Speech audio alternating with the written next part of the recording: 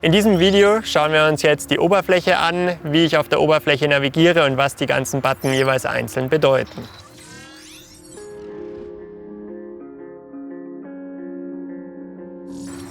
Beginnen wir hier oben in der Ansicht. Ich habe links oben mein Menü, wo ich alle Einstellungen sowie den Endtrip, die Werkzeuge und den Arbeitsplatz habe. Zusätzlich haben wir hier in der Leiste noch den Akkustand fürs Tablet und für die Anzeige und für den Sensor. Auch hier noch mal ein bisschen ausführlicher. Und ich sehe, ob mein Gerät eine Nordorientierung hat an dem Pfeil. Ich sehe, ob ich Satelliten habe.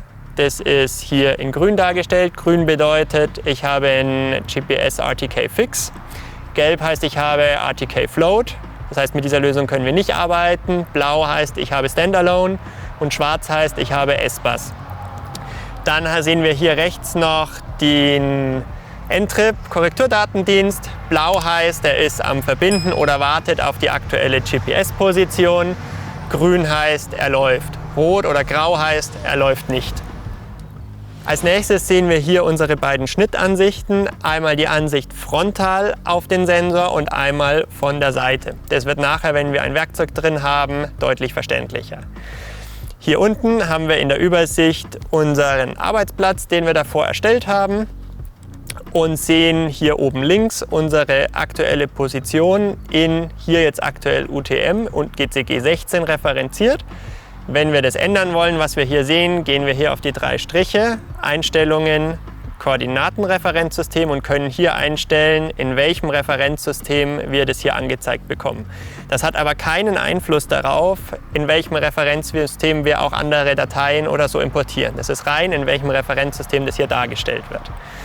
Dann beginne ich mit den Buttons oben links.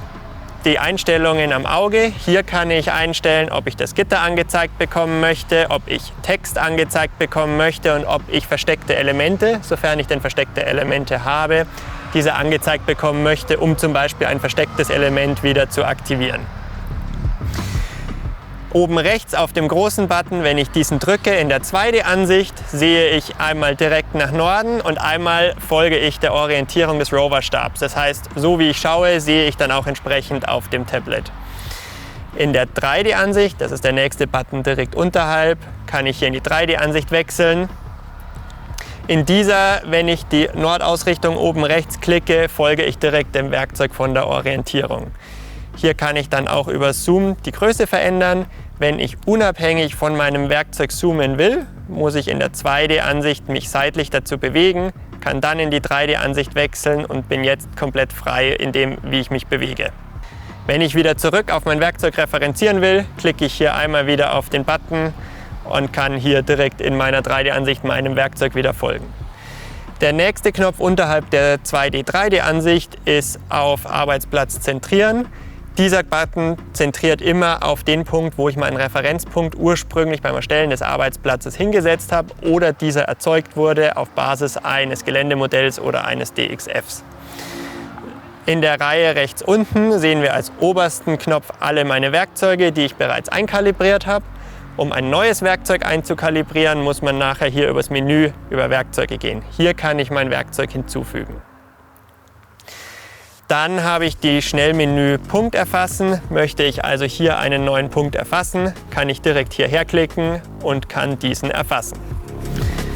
Als weiteres Element habe ich noch hier meinen Höhen-Offset-Provider. Das heißt, hier kann ich auswählen, wenn ich Gelände drin habe oder Ebenen drin habe, welche Ebene oder welches Gelände meine aktuelle Referenz für die Höhe sein soll. Unten rechts der große Button mit der Feder drauf, dies ist das Designmenü. Hier finde ich alle Möglichkeiten, wie ich Flächen erstellen kann, weitere PDFs importieren kann, XMLs und DXFs importieren kann und auch eigene Koordinatensysteme oder eigene Layer erstellen kann.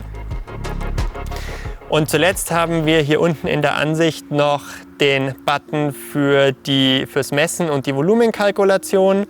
Hier können wir zum Beispiel 2 Gelände miteinander verschneiden, um dann das Differenzvolumen zu errechnen. Dies zeige ich in einem späteren Video auch nochmal, wie das funktioniert.